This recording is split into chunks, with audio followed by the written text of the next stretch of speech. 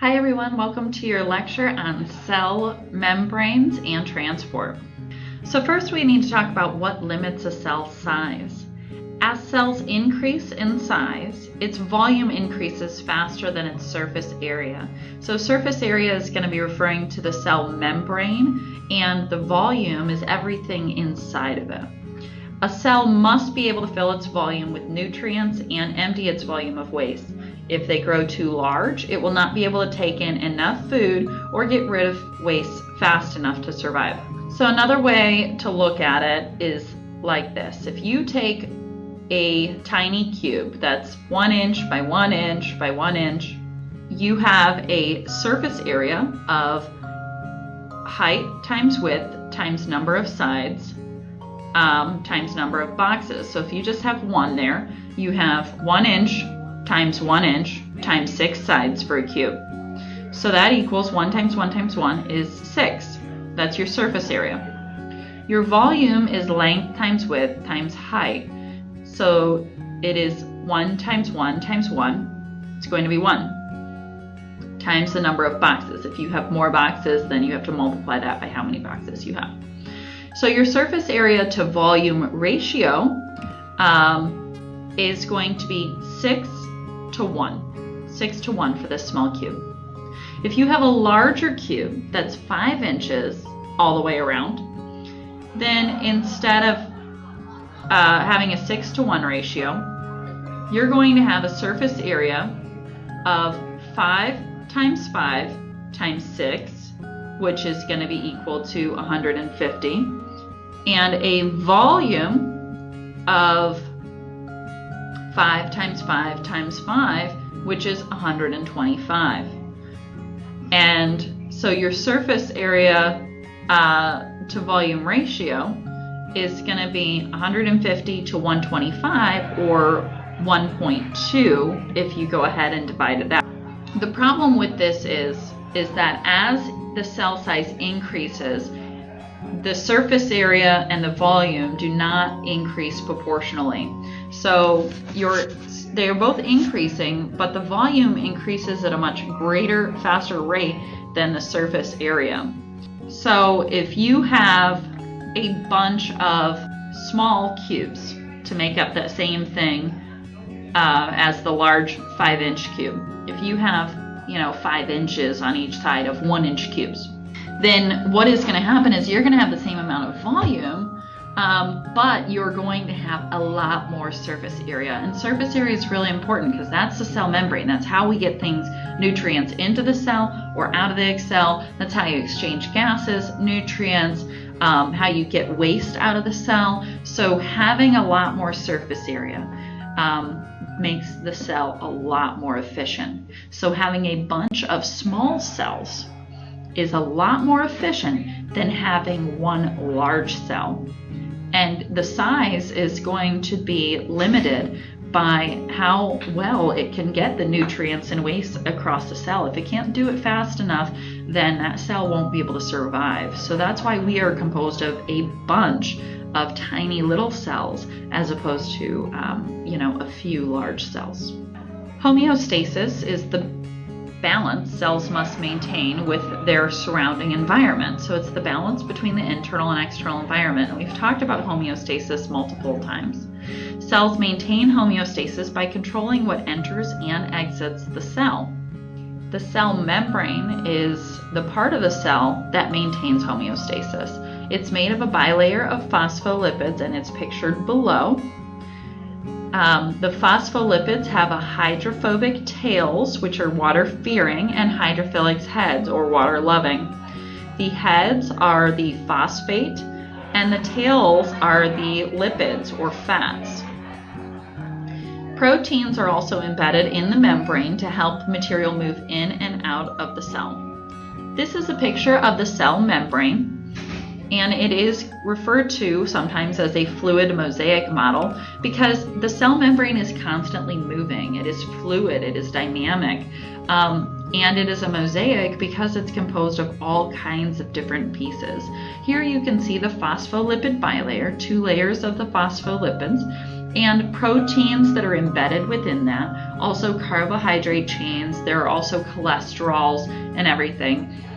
And then there's liquid inside and outside of the cell. So the phosphate heads, which are water loving, want to be touching that liquid on either side. And the tails, which are water fearing, hydrophobic, and made of fats, they want to be hidden from the liquid that's inside and outside of the cell. So they hide on the inside. Cell membranes are selectively permeable, and that means that they choose what goes in and what comes out, not just anything can. So just like a strainer lets water pass through and keeps the pasta in, it is selectively permeable as well. Some things are too large to pass through, like the pasta. Diffusion is a type of passive transport. So we're going to talk about two types of transport, passive transport and active transport. Diffusion is the first type of transport we're going to talk about, and it is part of passive transport, and it does not use energy. So diffusion is the movement of molecules through the cell membrane, and it's a type of passive transport because it does not use energy. The material is moving from an area of high concentration to an area of low concentration. So when you think of this, think of a hill, and it is moving from high to low down the hill. Okay? That doesn't require energy. If you have a bike and you're at the top of a hill and you want to go down it, you don't really require a lot of energy in order to ride that bike down the hill. So to move molecules from high to low concentration going downhill, you're going with the concentration gradient, and it doesn't require a lot of energy.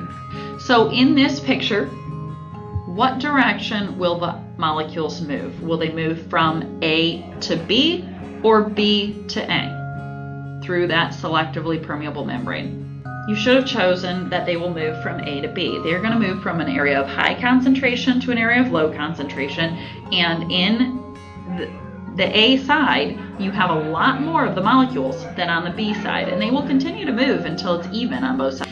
Equilibrium is reached when the concentration are equal on both sides of the cell membrane. Here, for your checkpoint number 2, you should be able to tell me when is equilibrium reached, and that is when the concentrations are equal on both sides of the cell membrane. Facilitated diffusion is still with no energy, but it does require the help of a protein.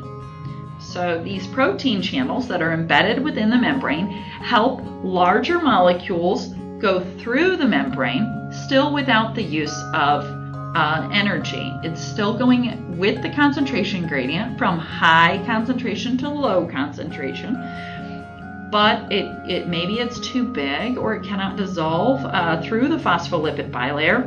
Only very small molecules can just simply diffuse through between the phospholipids. Those are going to be like oxygen, carbon dioxide. Bigger things like sugars, glucose, for example, they're going to need to go through a protein channel in order to get through. That needs to be facilitated. If you facilitate something, you kind of help it get done. So it needs a helper. Osmosis is the diffusion of water. So when we talk about osmosis, we're still talking about diffusion, but we're talking about the movement of water molecules. So that can get a little bit confusing, because diffusion is talking about the movement of the solute, which is the stuff that dissolves inside the water. So, for example, salt or sugar or whatever molecule you have besides water. Osmosis is the movement of the water molecules themselves. So it is the diffusion of water molecules through the cell membrane. It is a type of passive transport, meaning no energy is required. And water always diffuses from an area of low solute concentration to an area of high solute concentration. And that is still working with the concentration gradient, because when we're talking about osmosis, I like to think of it like this. The water is moving from an area of high water concentration to an area of low water concentration. So you have high water up at the top, H2O, and then low water at the bottom. If you have a high water concentration, you are going to have a low solute concentration. For example, if you have like 90% water, then you're only going to have 10% solute, because it's always going to equal 100%. So it's moving from low solute concentration to high solute concentration, or high water concentration to low water concentration. So here's a picture of something that will happen when the water molecules are moving. If you have a beaker with a selectively permeable barrier in between, and the barrier, it has openings in it that are large enough to allow water molecules through, but they're not large enough to allow sugar through. Sugar molecules, the glucose molecules, are much larger than the water molecules. So if it can let the water through, but not the sugar molecules through, then what you'll have is this. On the left here, you have a lot more sugar molecules and less water. And the water will go from the area of higher water concentration, which is the right side, where you have less sugar. If you have less sugar, you have more water. So it's going to go from the area of more water to the area of less water. And because this barrier can only let water through and it can't let sugar, then you're going to have the water actually rise on the left side until there's enough water there that the sugar molecules can be spread out just as much as on the right side. So you have three different types of solutions, and those are hypotonic, hypertonic, and isotonic. Hypotonic solutions occur when the solute concentration is lower outside of the cell than inside of the cell. And when there is less solute outside of the cell, then the water is going to move into the cell. Okay, so it is going from an area of low solute concentration to high. But if there is a high solute concentration, then there is a low water concentration. Can I write? Nope. Low water inside the cell. Okay? And there's going to be higher water outside of the cell. So the water moves in from an area of high water concentration to low water concentration. And that cell is going to expand and could burst. In a hypertonic solution, you're going to have a higher solute concentration outside of the cell than inside of the cell. So the water is going to move from inside of the cell to outside to try to dilute that solute concentration outside of the cell. And in an isotonic solution, the solute concentration is equal on both sides of the cell membrane. Water diffuses in and out equally. So when you're talking about osmosis and you're talking about a plant cell, we looked at Elodea leaves under the microscope. So plant cells require a hypotonic environment, so water moves into the cell and the cell swells.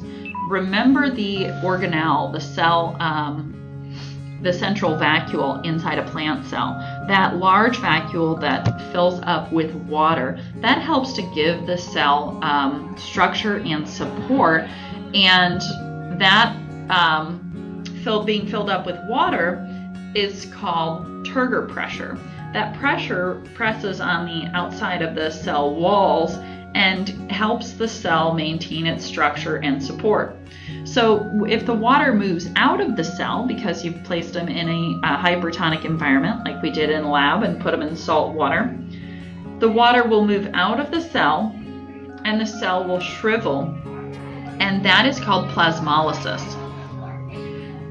So what would happen to animal cells in a hypotonic and hypertonic environment? Well, here's a picture. So in a hypertonic solution, you've got animal cells across the top and plant cells across the bottom. In a hypertonic solution, water is going to leave an animal cell and it's going to leave a plant cell. An animal cell will just completely be shriveled, and a plant cell will be called plasmolyzed. And the plasmolyzed plant cell is going to have the cell membrane shrunken away from the cell wall, and all of the organelles kind of clustered in the middle, and we saw that with the chloroplasts through the microscope. In an isotonic solution, you've got the same concentration inside and outside, and so you've got equal movement of water in and out of the cell. And for a animal cell, that's going to be normal, and that's good. But for a plant cell in an isotonic solution, it's still going to be kind of flaccid or kind of limp. In a hypotonic solution are when you have lower solute concentration outside of the cell than inside, so the water moves into the cell. For an animal cell, that will cause it to fill up with water, bulge, and possibly even burst. Here it says it is being lysed, which means it's being broken open. Think about a water balloon. When you're filling up a water balloon, only so much water can go in there before the balloon pops. That's the same with your cells. In a plant cell, though, it builds up pressure, and the cell wall keeps it from bursting, and that turgor pressure is the plant cell's normal. It needs that water, and that is when it's nice and perky and standing tall.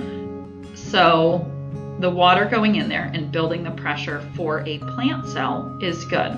So plants need to be in a hypotonic solution, and animal cells need to be in an isotonic solution. So here is a marine fish. A marine fish means it lives in the ocean. Fish is happy when they are in a isotonic solution. And they're sad if there's water, and if they're in a high salt solution, water is going to leave their cells and their cells are going to shrivel.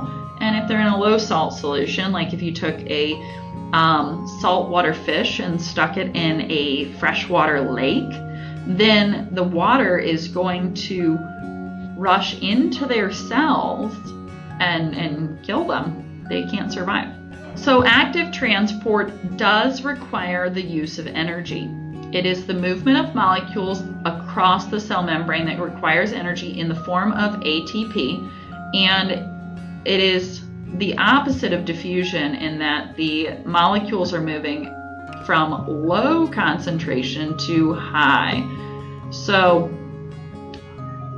imagine taking your bike that you just rode downhill for passive transport, and now you have to push it up a hill. That's going to require a lot of energy. If this hill is steep, you can start off riding and you're having to pedal and it's getting harder, and then you have to stand up to pedal even harder, and then you might even have to get off your bike and push it up the hill to get it up there. And you're going to be sweating, you're going to be exhausted, you're going to have burned a lot of calories, expended a lot of energy. So going against the concentration gradient, going uphill from low to high concentration, that requires energy. That's hard work. That's not the way that things like to go. So that is what active transport is, moving from low concentration to high concentration. If you look at this picture here, that means that the molecules, if they were doing active transport, they would move from B, where they have a very low concentration, over to A, where they have a high concentration. Another type of active transport is called vesicular transport. It means that the transport is formed by vesicles. Vesicles are the little things that bud off of the Golgi body or the endoplasmic reticulum, and also they bud off the cell membrane. So endocytosis, cytosis literally means cell action, and endo is inside. So endocytosis is a type of active transport where things are brought into the cell. So a large molecule can be engulfed by the cell in a process called endocytosis. So it's inside the cell action. And there's two different forms, actually three forms of endocytosis. One is called pinocytosis, and that is the process of engulfing a liquid or substances that have already been digested or dissolved, and that's the cell drinking. Phagocytosis is the process of the cell engulfing a solid or eating. And this is a picture of endocytosis. So you see all of the molecules on the outside of the cell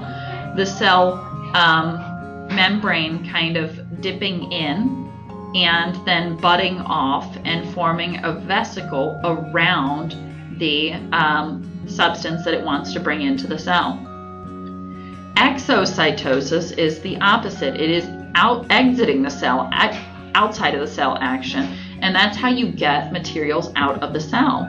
So in the opposite manner, you're going to have a vesicle that's probably budded off of the endoplasmic reticulum or the Golgi apparatus, filled with your molecules that you want to be excreted outside of the cell, and that is going to fuse with the cell membrane and release everything outside of the cell.